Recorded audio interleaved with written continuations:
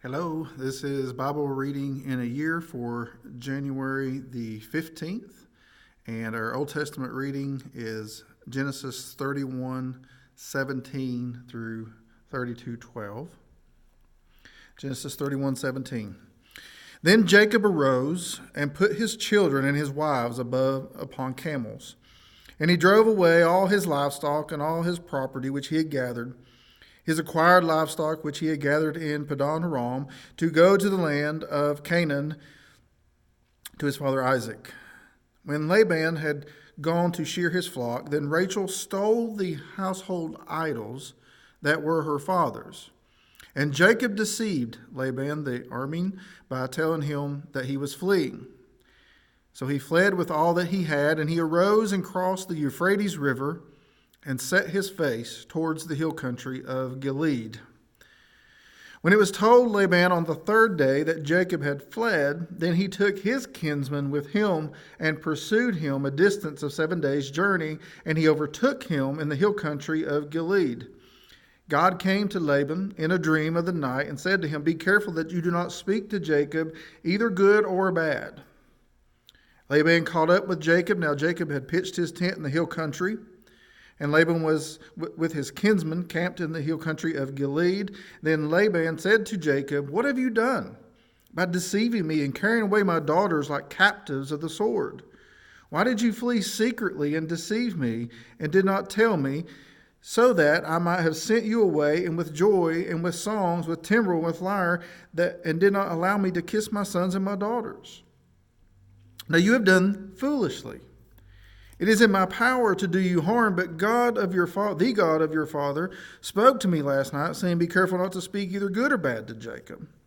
Now you have indeed gone away because you longed greatly for your father's house. But why did you steal my gods?" And Jacob replied to Laban, "Because I was afraid, for I thought that you would take your daughters from me by force. The one with whom you find your gods shall not live. In the presence of our kinsmen, point out what is yours among my belongings and take it for yourself." For Jacob did not know that Rachel had stolen them. So Laban went into Jacob's tent and into Leah's tent and into the tent of the two maids, but he did not find them.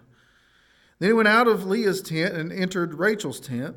Now Rachel had taken the household idols and put them in the camel saddle and had sat on them. And Laban felt through all the tent, but did not find them. She said to her father, "Let not my lord be angry that I cannot rise before you, for the manner of women is upon me." So he searched, but did not find the household idols. Then Jacob became angry and contended with Laban. And Jacob said to Laban, "What is my transgression? What is my sin that you have hotly pursued me, though you have felt through all my goods? What have you found of all your household goods? Set it here before my kinsmen and your kinsmen, that they may decide between us two. These 20 years I've been with you. Your ewes and your female goats have not miscarried, nor have I eaten the ram of your flock. That which was torn of beasts I did not bring to you. I bore the loss of it myself. You required it of my hand, whether stolen by day or stolen by night. Thus I was by day, the heat consumed me, and by the frost by night, and my sleep fled from my eyes. These 20 years I have been in your house. I have served you 14 years for your two daughters and 6 years for your flock, and you changed my wages 10 times. If the God of my father, the God of Abraham, and the fear of Isaac had not been for me, surely now you would have sent me away empty-handed. God has seen my affliction and the toil of my hands, so he rendered judgment last night." Then Laban replied to Jacob, "The daughters are my daughters, and the children are my children, and the flocks are my flocks, and all that you see is mine. But what can I do this day to these my daughters and to their children whom they have borne? So now come, let us make a covenant, you and I, and let it be a witness between you and me." Then Jacob took a stone, and he set it up as a pillar. Jacob said to his kinsmen, "Gather stones." So they took stones, they made a heap, and they ate there by the heap. Now Laban called it Jegar Shahadutha, But Jacob called it Gilead. Laban said, "This heap is a witness between you and me this day." Therefore it was named Gilead and Mizpah. For he said, "May the Lord watch between you and me when we are absent from one another. If you mistreat my daughters, or if you take wives beside my daughters, although no man is with us, see, God is witness between you and me." Laban said to Jacob, "Behold this heap, and behold the pillar which I have set between you and me. This heap is a witness, and the pillar is a witness, that I may not pass by this heap to you for harm, and you will not pass by this heap and this pillar to me for harm. The God of Abraham and the God of Nahor, the God of their father, judge between us." So Jacob swore by the fear of his father Isaac. Then Jacob offered a sacrifice on the mountain and called his kinsmen to the meal. And they ate the meal and spent the night on the mountain. Early in the morning, Laban arose and kissed his sons and his daughters and blessed them. Then Laban departed and returned to his place. Chapter 32. Now as Jacob went on his way, the angels of God met him. Jacob said when he saw them, "This is God's camp." So he named the place Mahanaim. Then Jacob sent messengers before him to his brother Esau in the land of Seir, the country of Edom.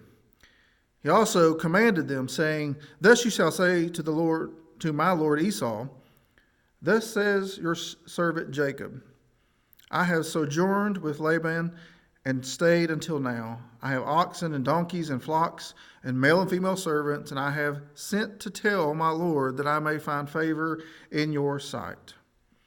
The messengers returned to Jacob, saying, "We came to your brother Esau, and furthermore, he's coming to meet you, and 400 men are with him."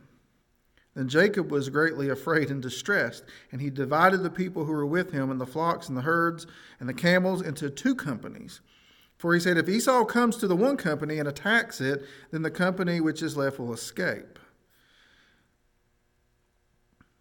Jacob said, "O God of my father Abraham and God of my father Isaac, O Lord, who said to me, 'Return to your country and to your relatives, and I will prosper you,' I am unworthy of all the loving kindness and of all the faithfulness which you have shown to your servant.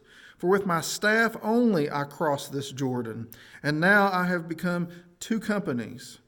Deliver me, I pray, from the hand of my brother, from the hand of Esau, for I fear him, that he will come and attack me and the mothers with the children.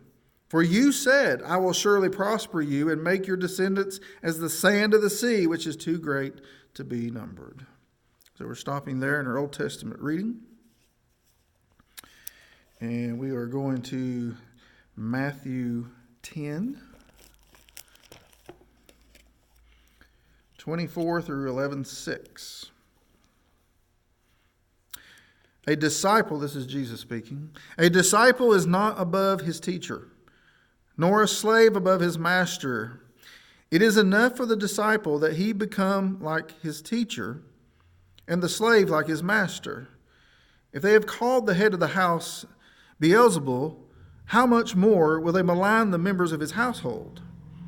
Therefore do not fear them. For there is nothing concealed that will not be revealed, or hidden that will not be known. What I tell you in the darkness, speak in the light.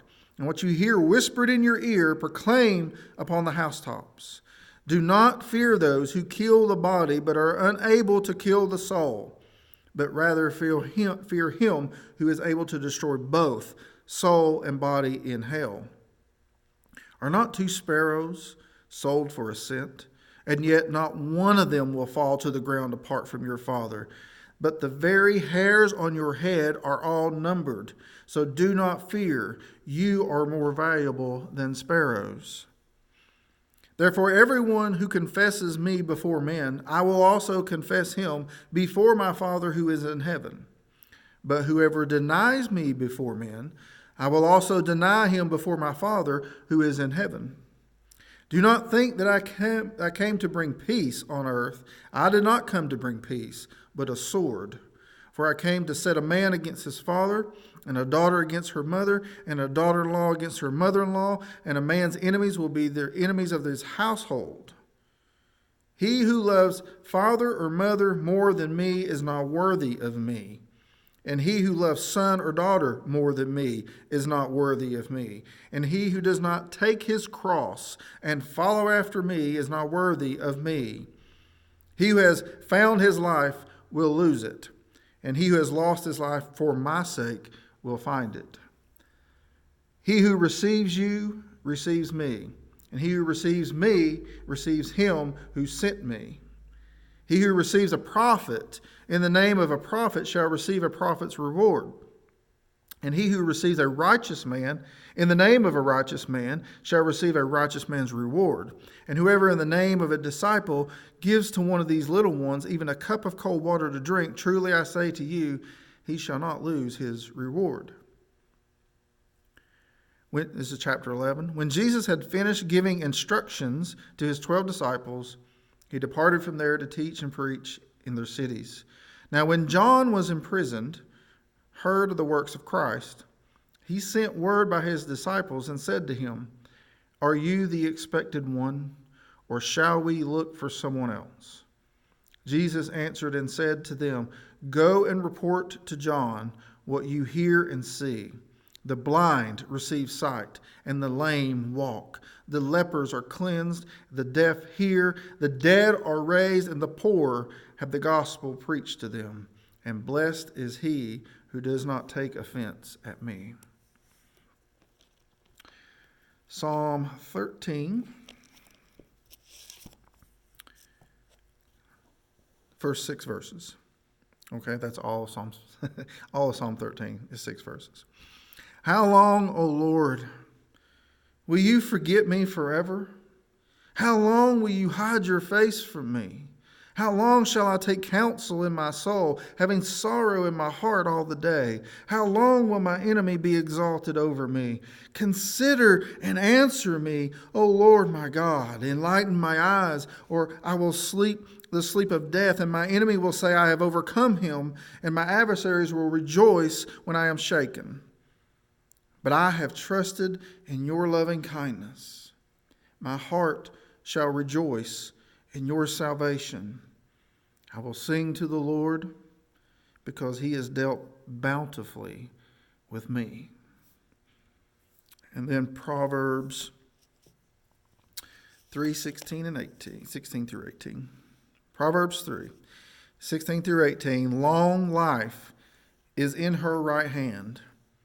In her left hand are riches and honor. Her ways are pleasant ways, and all her paths are peace. She is a tree of life to those who take hold of her, and happy are all who hold her fast. Of course, that's speaking of wisdom. Word of God for the people of God. This is Bible reading in a year for January the 15th, and Lord willing, I'll see you tomorrow. God bless.